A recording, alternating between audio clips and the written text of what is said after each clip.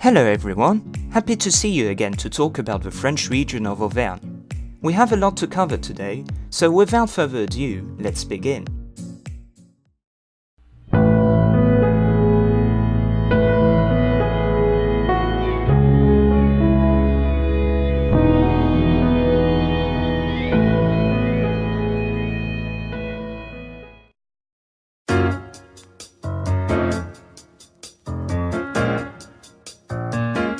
Auvergne is situated in the heart of France. It is enclosed between the regions of Centre, Burgundy, Rhône-Alpes, Languedoc-Roussillon, Midi-Pyrénées and Limousin.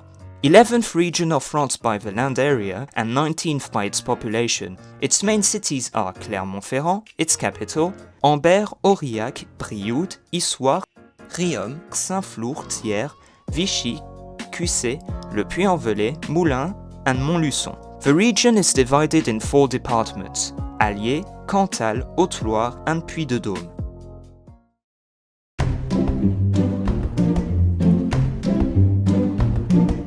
Auvergne can be divided into 3 geological domains. On either sides of the region, we found landscapes that form the crystalline basement on which lies the other domains. Above that basement, we found the volcanic chains, the regional icons. They are young volcanoes dating from the Tertiary and Quaternary. Finally, in the center and in the north, lies the sedimentary basins known as Limagne. The crystalline basement was formed by the Hercynian orogeny that occurred between the Carboniferous and the Permian with the collisions of the Armorica, Gondwana and Laurasia paleocontinents. This orogeny would form the modern mountain chains of the Ardennes, Vosges, Morvan and several others from Russia to Africa. Let's start our tour of Auvergne by the Bocage Bourbonnais, situated between the Allier and Cher rivers. It is a hilly land, covered with forests and agricultural exploitations segregated by hedges. The meadows are used to breed cows of the Charolais breed. The area is crossed by the Cher River and the Berry Canal, both running through Montluçon, the main city. The Bocage Bourbonnais is bordered to the south by the Combrailles Auvergnat. This territory is comprised of the deep valleys of the Cher and of the Sioule. With other rivers, such as the Tarte or the Voueize, they form a landscape of forested valleys, ponds, hills and canyons. Its highest point is the Roche de Sauterre at 977 meters.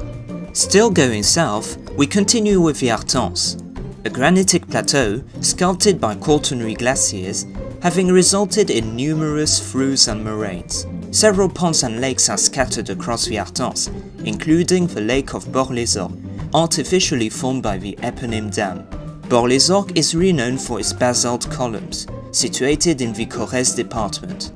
The southeast corner of Auvergne consists of the Châtaigneraie, an old schistous and granitic peneplain. A peneplain designates the final erosion state of a landscape, resulting in a flat expanse run by low slow rivers. The Châtaigneraie extends on 3 axes: the Morre Basin, the Aurillac Basin and the Venazès Flux Valley. Its name is an indication of the region's specialty, chestnuts. Let's go up back to the northeast towards the Montagne Bourbonnaise, a massif of medium mountains culminating at the Puy de Montoussel. It is often associated with the Mont de la Madeleine, from which it is separated by the Bèbe Valley. Southwards, we arrive at the Livradois. It consists of the Mont du Forêt, culminating at 1634 meters at Pierre-sur-Haute, of the Livradois Plain and of the Livradois Massif, containing summits such as the Bois Noir or the Chanteloz, and which is crossed by the deep valleys of the Dore and Dolore. Besides, the Massif is a granitic horst, which is the geological opposite of a graben, meaning the uplifted section in a normal fault succession, the graben here being the plain. To finish with the crystalline basement, the Marguerite is a granitic massif, or to be more accurate, a porphyritic granite laccolith. Don't worry, behind that horrible designation lies a rather simple definition. A laccolith is an underground magmatic intrusion that takes the shape of a lens. We continue with the volcanic chains that made the region famous. They were active during the Tertiary and Quaternary, which is very recent in geological terms. The most recent ones are 7,000 years old, only 2,500 years older than the Giza pyramids. Auvergne volcanoes are divided into three categories: stratovolcanoes, recent monogenic structures, and basaltic plateaus. Stratovolcanoes are the one formed of magma flows accumulating in a cone shape. Actually, it is the classic depiction we make of a volcano. The Monts du Cantal are the remains of Europe's largest stratovolcano, 50 to 70 kilometers in diameter. It was active between 13 and 2 million years ago, during the Neogene period. Nowadays, the erosion has leveled down part of the cone, forming numerous summits such as the Puy Marie, Puy Griou, or the Plomb du Cantal, the highest point, as well as numerous glacial valleys. Water is grandly present in the area, enabling the growth of grass and the development of an altitude fauna. Thereby, the Monts du Cantal are the main production center of the Salers, as well as its eponym cheese, the Cantal.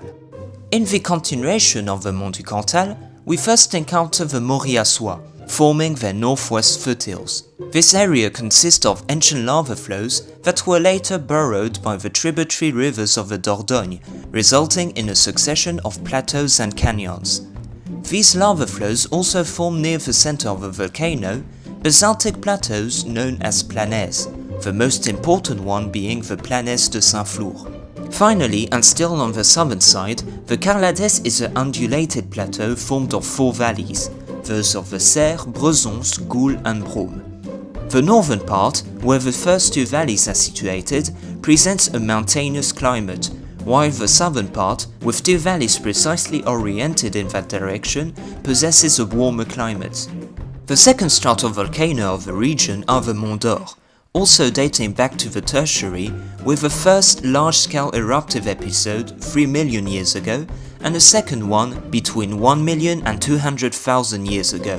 That would form his highest summit, the Puy de Sancy, which is also the highest volcanic summit in Europe. The recent monogenic structures are represented by the Mont Dôme, better known as Chaîne des Puys. Comprised of 80 volcanoes on a distance of 45 kilometers, they are, as you may have guessed, of recent formation, dating back to the Quaternary from 95,000 to 8,000 years ago for the most recent ones. Three types of volcanism coexist in the mountain chain: Strombolian, Pelion, and Mars, craters often filled by a lake. The highest point is the Puy de Dôme. The massif is also home to the source of volvic mineral water. Finally, the basaltic plateaus are comprised of the Cézallier and Aubrac. Situated between the Mont d'Or and Cantal, the Cézallier is a Hawaiian-type volcano. The stratovolcano that formed it between 8 and 3 million years ago rejected an extremely fluid lava, resulting into a rather flat and spread formation. Consequently, its summits are rounded and less marked, culminating at 1551 meters at the Signal du Luguet. Aubrac is situated at the southern tip of Auvergne. It presents a similar landscape to the Cézallier, one of an elongated plateau formed between 9 and 6 million years ago and eroded into soft reliefs. And still like the Cézallier, glacial erosion gave birth to U-shaped valleys, moraines, peatlands and several lakes. Its highest point is the Signal de Melbiot. We continue with the last geological domain, the sedimentary basins known as Limagne. Starting to the north with the Sologne Bourbonnaise, this one consists of a low plateau situated between the Loire and Allier, scattered by numerous ponds and rivers. Following the Allier to the south, we arrive at the Limagne Bourbonnaise, which is the northern extension of the Grand Limagne. This one is a graben, forming a plain through which runs the Allier. Unsurprisingly, it shelters the greatest urban concentration of the region, including Clermont-Ferrand. To conclude Auvergne's geology, we have to talk about two areas that are distinct as they present various geological domains. First, there's the Privadois, south of the Grand Limagne, that acts as a transition zone between the sedimentary basins, with the Brioul Limagne, which includes the coal basin of Brassac, and the Massiac Limagne, the volcanic domains with the Alagnone microregion, and the crystalline basement with the Lanjadois, named after the town of Lanjac, and the Polaguet microregion. Secondly, the Valais in the southeast acts more as a cultural entity than a geological one. In the north, we found the granitic plateau of Craponne-sur-Arzon and the Boutière mountain chain, and in the south, on the other side of the Puy-en-Velay basin, we found the Devèze and Mégale volcanic massifs and the Mézenc basaltic plateau.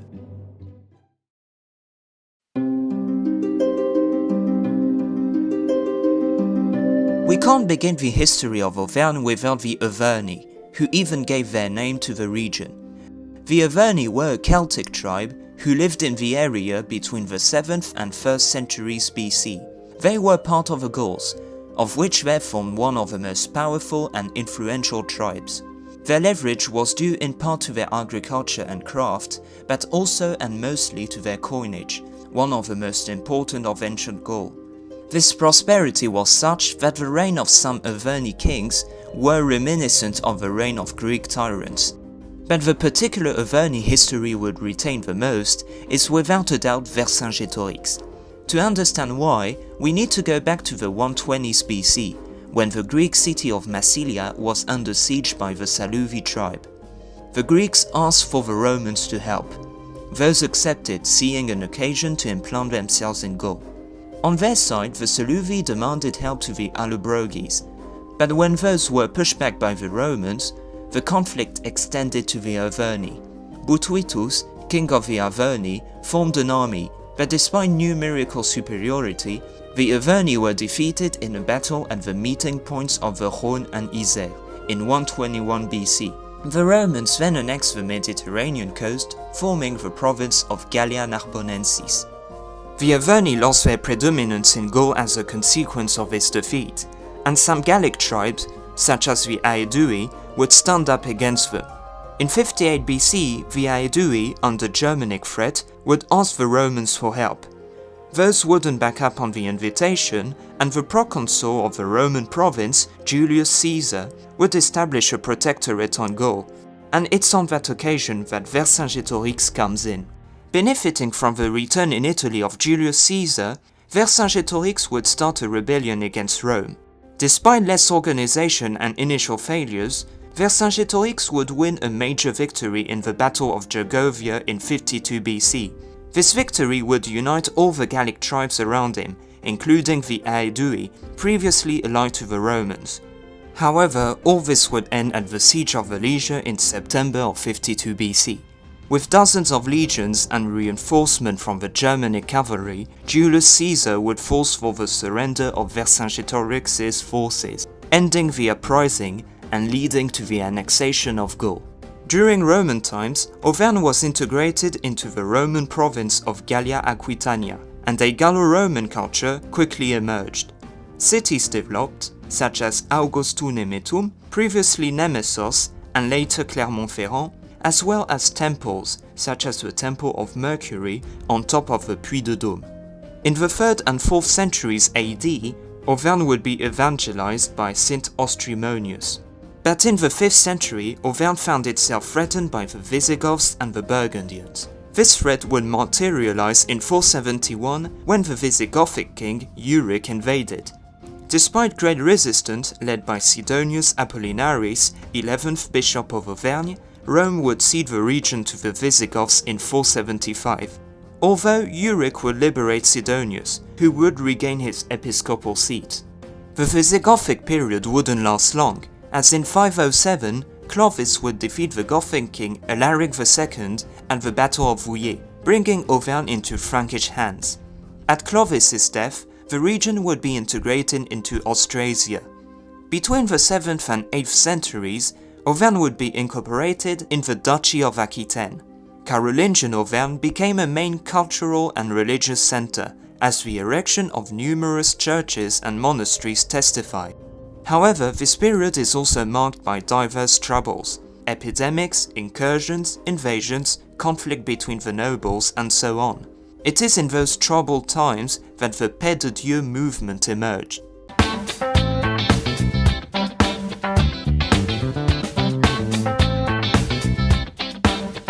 The Paix de Dieu, literally God's peace, was a social and spiritual movement of the 10th and 11th centuries, aiming to pacify the Christian realm, which was undergoing a period of increased violence.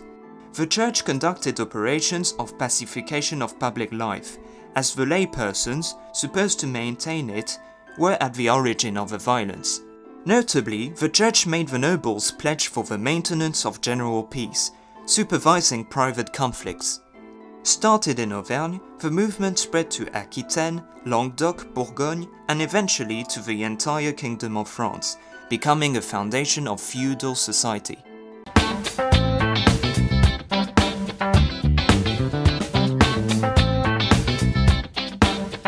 Besides the Pays de Dieu, the 10th century would bring a major political development to Auvergne.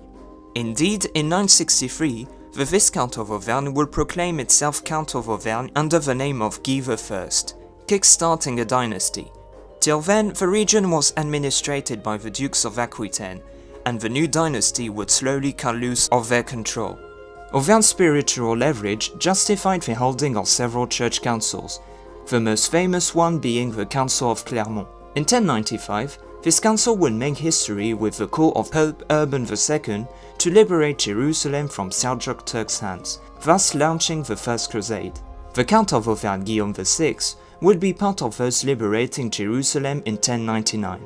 Not entering into the details, let's mention that a conflict sparked in Auvergne in the 12th century, due to the opposition between the bishop Emeric and the Count of Auvergne. The intervention of the King of France Louis VI was necessary to re-establish order. The 12th century would also see a first division of Auvergne. The death of the Count Robert III in the Holy Land would result in a succession crisis between his brother Guillaume the Elder and his son who came with him to the Crusades, Guillaume the Young. Two entities would emerge of that dispute. Guillaume the Elder would keep the title of Count, therefore receiving the county, while Guillaume the Young would receive the lands that would form the Dauphiné d'Auvergne, notably around Montferrand. This division became even more important with the tensions between the Capetian and Plantagenet dynasties, as Henry II of England married Eleanor of Aquitaine, therefore technically becoming the suzerain of the Counts of Auvergne. Indeed, the Count Guy II, descending from Guillaume the Elder, would give his support to the King of England Richard Lionheart, while the Bishop of Clermont would join the ranks of Philip Augustus, King of France. The latter would send an army in the region, and after the siege of Tournoel Castle, would confiscate Guy II's land and integrate them into the royal domain. As a result of all that, Auvergne would be divided into four entities. Firstly, the Terre d'Auvergne, that would become the Duchy of Auvergne in 1360, was formed of the lands confiscated by Philip Augustus. Secondly, the County of Auvergne, so what's remaining to Guy II. Thirdly, the Dauphiné d'Auvergne, and finally, the episcopal fiefdom of Clermont, controlled by the Bishop of Clermont. The 14th century was particularly eventful, starting with the 100 Years' War that would rarely involve the English in the region, but rather bands of French, mainly Gasconian mercenaries, known as routiers. They were recruited on the land subjugated to England to pillage and extort the population. Their most famous actions include the sackings of Montferrand by Perrault le Béarnais and of the Brivadois by Perrault de la Marche. They would only be chased in 1392 by a royal expedition.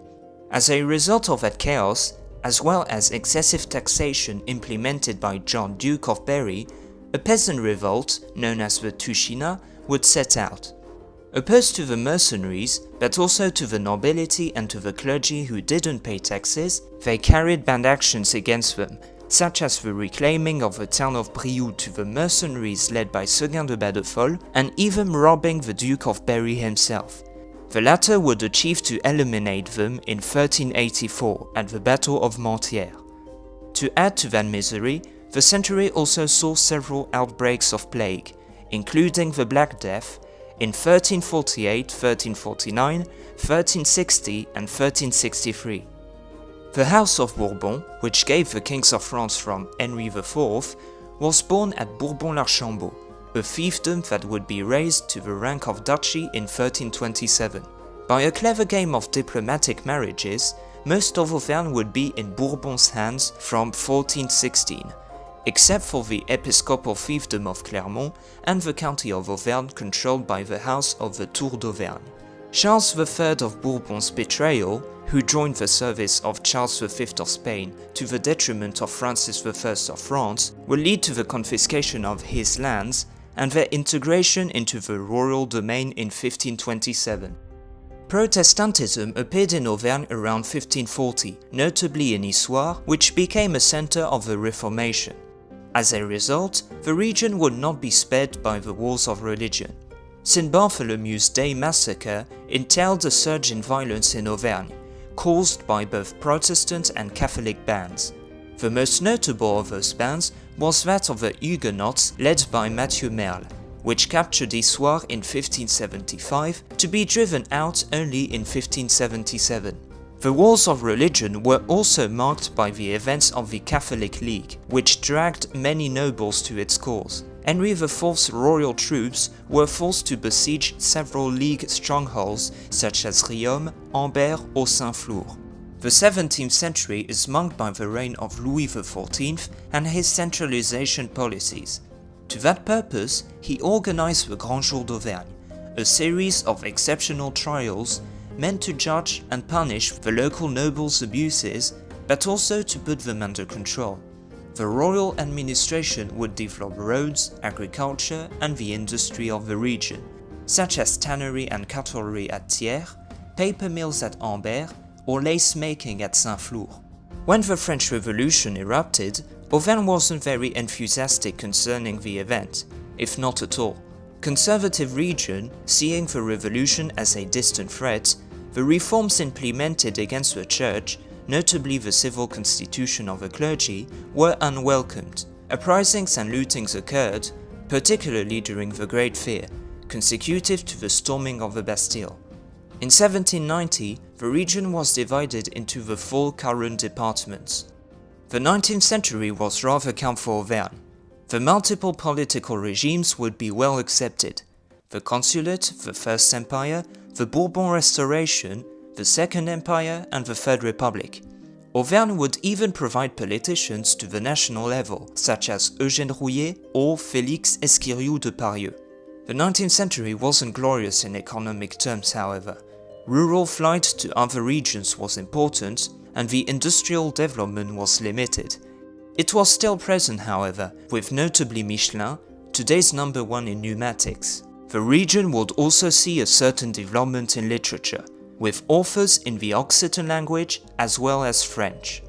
During and after World War I, Auvergne, similarly to the rest of France, would undergo great losses in population, economics and agricultural output. It is, however, World War II that would be eventful in the region, starting with Vichy, sadly remembered for having sheltered the government of Vichy France, led by Philippe Pétain. Riom would host the Riom trials of 1942. 1942 is also the year when the German army invaded the Free Zone, followed by the formation of the Maquis.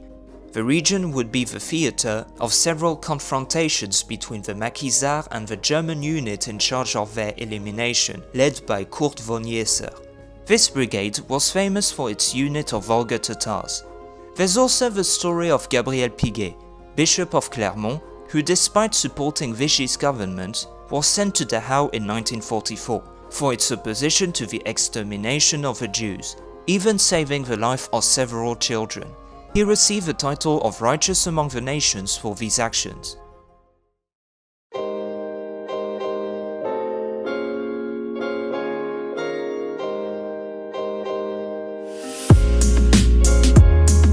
Linguistically, Auvergne lies between 2 areas. It is indeed cut by the linguistic croissant, that marks the transition between the WAL languages in the north and the Occitan languages in the south. Allier speaks the Bourbonnais dialect, which is then a variety of WAL, while in the south we found the Occitan language of Auvergne.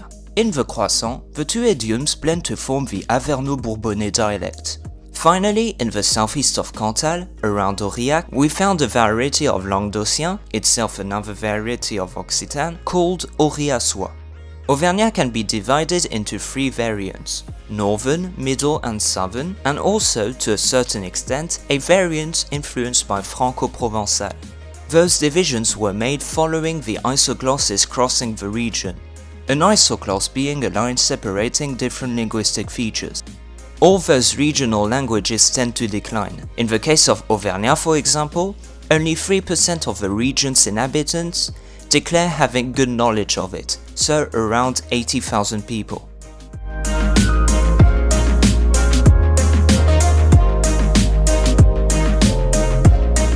Just like the landscapes and culture, traditional housing varies a lot in Auvergne. In the Limagne, houses are adapted to their agricultural vocation. Villages possess story houses, home to farmers and wine producers.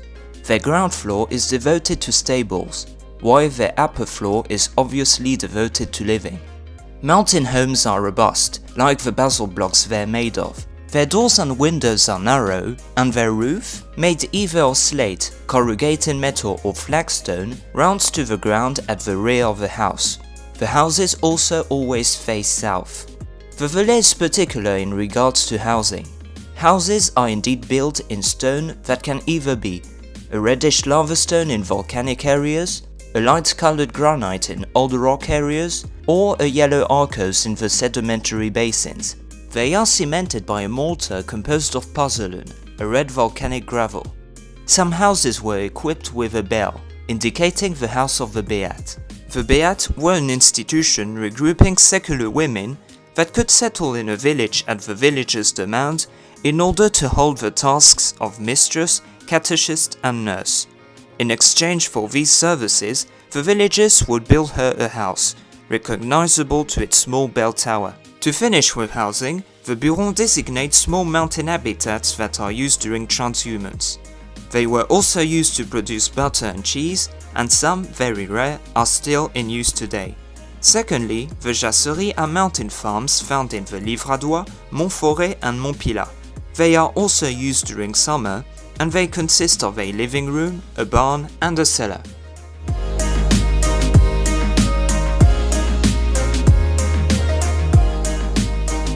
The Carolingian and early Capetian periods corresponded to a period of cultural and religious flourishing in Auvergne. One aspect of that was the architecture, with the construction of several monasteries and Romanesque churches between 950 and 1150. This Romanesque art would soon develop its own characteristics, forming the Romanesque art of Auvergne. The most important Romanesque monument in the region was the ancient Cathedral of Clermont, ordered by the Bishop Etienne II, but only its foundations, situated under the current Gothic cathedral, still exist to this day. Therefore, Auvergne's Romanesque art is best represented today by a dozen churches scattered around Clermont-Ferrand.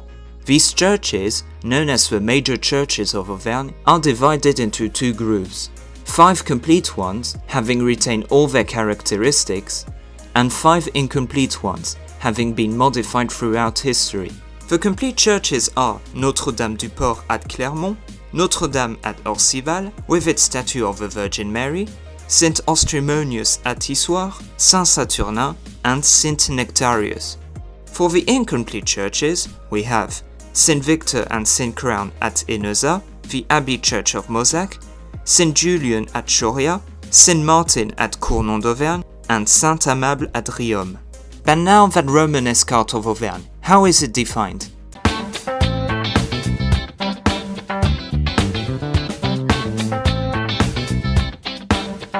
Well, the characteristics of Auvergne's Romanesque art are these. Pause if you want to read.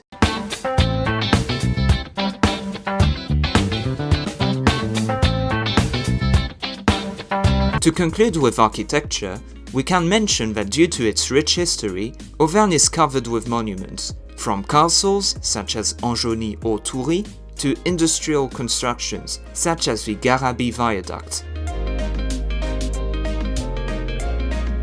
We will begin traditions with the gastronomy, which is not renowned for its refinement. It is mainly comprised of cheeses, Saint-Nectaire, Fourme d'Ambert, Bleu d'Auvergne, Cantal au Gapron, and also of a few wines, such as the Saint-Pourçain or the Côte d'Auvergne. Those ingredients enter into the composition of several regional dishes, including the coq au vin, tripou, and aligot. The traditional dance is known as the bourrée. There exist 2 variants of it. 2 beats practiced in these regions, and 3 beats practiced in those ones. It was originally accompanied by hurdy-gurdies and bagpipes, but with time, violins, accordions, fifes, clarinets and saxophones were added. Besides, the bourrée is danced in the traditional costume. Men wear the beard, a generally dark blue coat, with black trousers, a colored scarf, a black felt hat and clogs. As for the women, they wear long multicolored dresses with an embroidered apron, as well as headdresses that vary between the regions.